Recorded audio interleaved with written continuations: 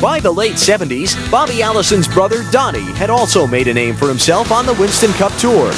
Together, they were involved in the most renowned event in stock car history. Cale makes the move. He's down very close to the grass. Donnie tries to shut him off. Cale's in the grass. Cale loses it. He tries to pull it back. Donnie side by side. They make contact. Both head toward the wall. They hit the wall in turn number 3. We'll have a new leader. We've got them diving down into the infield now as we look for the leaders coming up the back. Here comes Richard Petty. He leads Darrell Waltrip by 5 car lengths. 5 more lengths back to A.J. Foyt. Richard Petty takes the outside. He's got Darrell Waltrip close behind. 2 car lengths back to A.J. Foyt. Richard Petty takes it into the trioval. Here they come to the stripe. Waltrip dives to the inside. Petty almost put him off in the grass, and Richard Petty will win the Daytona 500. It appears we may have a fist fight. We see drivers and helmets.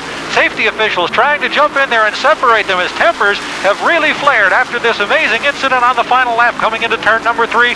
A little known fact is that the Allison brothers and Cale had also spun out earlier in the day. The incident put Cale 2 laps down and set up the infamous last lap. Donnie had a strong car that day, but twice caution came out and I passed him down the back stretch and beat him back to start-finish line, made my lap up. Well, I had him set up to do the same thing on the last lap to win the race. I knew I could do it because I had already done it twice. I knew Cale was going to try to pass me. There was no question about that.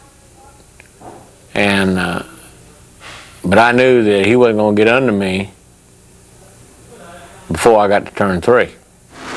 Coming down the back stretch, when I pulled down to go by him on the inside, he just used up all the racetrack, and before I got all the way by him, he had pushed me all the way off into the what was mud on the infield, and the car just turned and came back on the racetrack and got into him. You know, I would have rather finished second than both of us end up in the wall, getting maybe one of us getting hurt or something, but I had no control over the car. Everybody thinks that I ran Cale off the infield. I did not run Cale off the infield. It's proven on the tape that we showed it, the NASCAR showed it, the appeal and everything like that. He ran the back of me first. And when he got me, so I lifted, and then we hit in the door, and he went out in the infield, and he come back and we hit again. He went out in the infield, and at that particular time, he was out of control.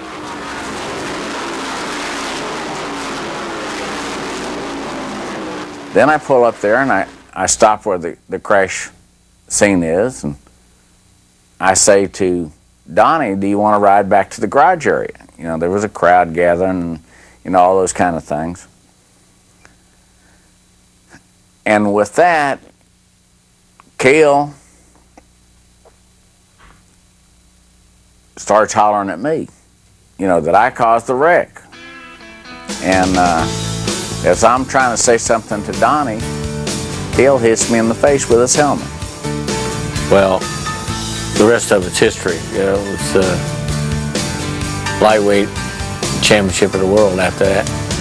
And I think the people in the country said, well, these boys are real people, and you know, they do real things, and I think it made a lot of fans for the sport. I think it's one of the biggest things that ever happened to the sport. Got people's attention. To the inside, Petty almost put him off in the grass, and Richard Petty will win the Daytona 500. The Petty crew jumping up and down on pit road.